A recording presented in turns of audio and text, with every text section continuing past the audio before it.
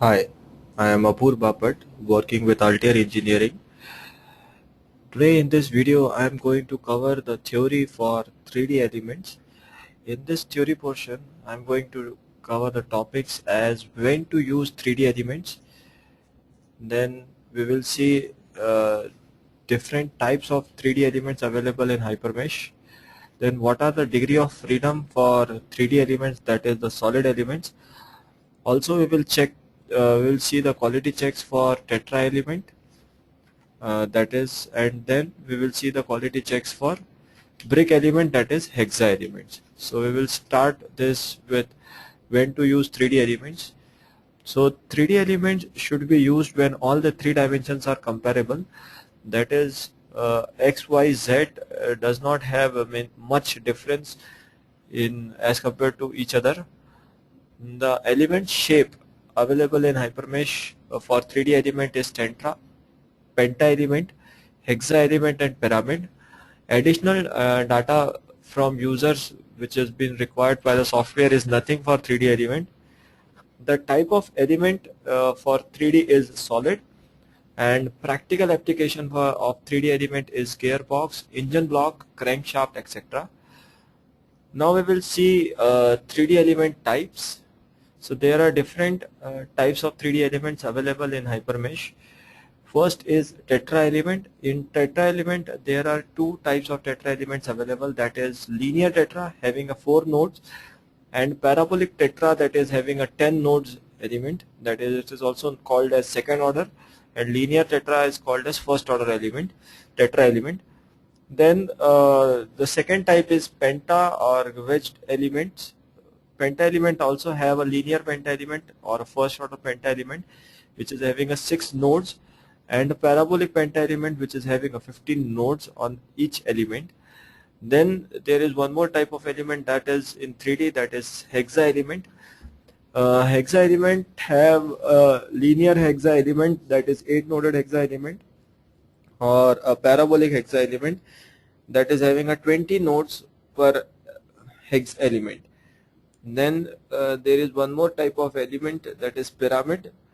Linear pyramid has a 5 nodes which is not supported by most of the softwares till date, and it's still in working progress. And then a parabolic pyramid which is having a 13 nodes. Now we'll move to the next topic, that is what are the degrees of freedom for solid elements. As we talk about a 2D thin shell and 1D beam element which supports 6 degrees of freedom, but all solid elements have only 3 translation degrees of freedom. They do not support rotational degrees of freedom.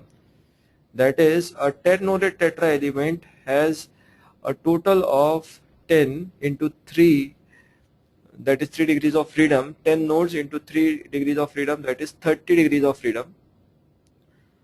So we will see why does a solid element have only 3 translation and no rotational degree of freedom. So consider a piece of paper that is a 2D geometry or a long steel scale that is a 1D geometry. It could be easily bent and twisted. But now consider a solid object like a duster or a paperweight. It could not be subjected to very high bending or torsional stiffness. Hence, solid element have been formulated with 3 translation degree of freedom and has no rotational degrees of freedom. So because it does not have any high bending or torsional stiffness, that's why the solid elements are formulated using 3 translation degrees of freedom. Okay. Now we will move to the quality checks for tetra element. For tetra elements, the different quality checks are as follows. First one is tet collapse, that is a tetra collapse. Ideal value of tet collapse is 1. Acceptable should be greater than 0.1.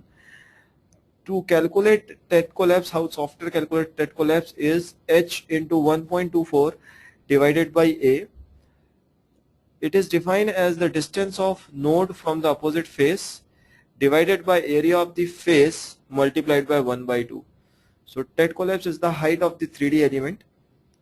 which is height in sense of distance, perpendicular distance from opposite node.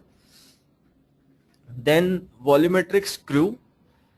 Volumetric skew can be defined as once you create a sphere passing through the corner nodes of the tetra, it has to fit an ideal equilateral tetra in it. Find the volume of ideal and actual tetra elements. Ideal value is 0, that it should fixed properly, and acceptable value is 0.7, that is it's showing some areas that are not been capturing properly. So these area if not capturing properly, so if I create a circle, means if I create a tetra element and if something like this has been generated, so it's not capturing the complete area.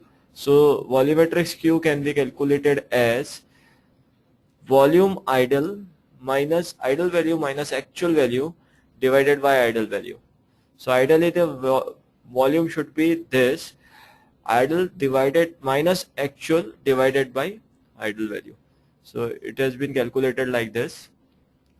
Then there are few more quality checks for tetra element as a stretch. So ideal value of stretch is 1 and acceptable value is greater than 0.2. Software calculates stretch using R into root of 24 divided by L max, where R stands for radius of largest possible sphere inside a tetra element.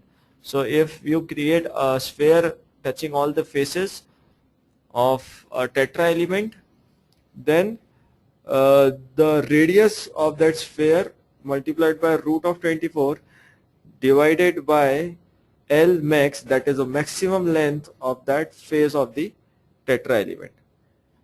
Then distortion, the ideal value for distortion is 1 and acceptable value is greater than 0.5. Distortion can be calculated using J, modulus of J into volume of LCS divided by volume of GCS, where LCS stands for local coordinate system and GCS stands for global coordinate system. Then Jacobian, which is the most important, one of the most important checks for tetra element. It has ideal value as 1 and acceptable is greater than 0.5. In simple terms, the Jacobian is a scale factor arising because of the transformation of coordinates system. Elements are transformed from global coordinates to local coordinates to reduce the solution time.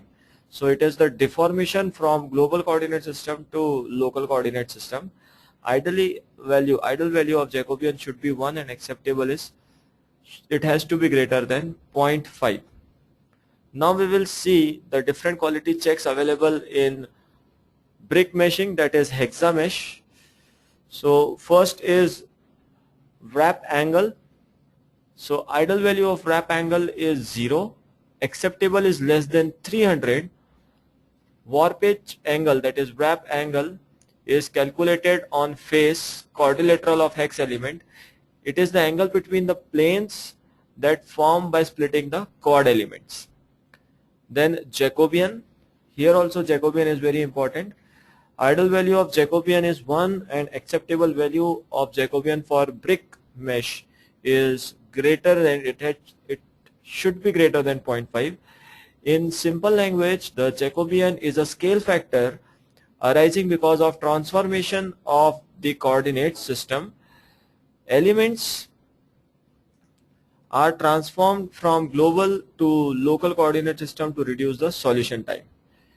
Then we will move to the next quality check for 3D brick element, that is distortion. The ideal value of distortion is 1 and its acceptable value is greater than 0.5. Distortion can be calculated using modulus of J into volume of LCH divided by volume of GCS. LCS stands for local coordinate system and GCS stands for global coordinate system. Now we'll move to the next, that is stretch.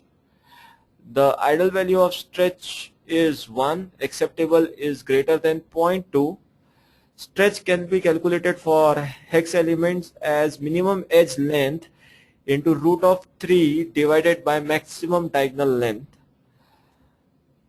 So stretch can be calculated by using this formula. Now the next quality check is aspect ratio. Ideal value is 1 and acceptable value should be less than 5. Aspect ratio is calculated by using a formula as maximum edge length divided by minimum edge length.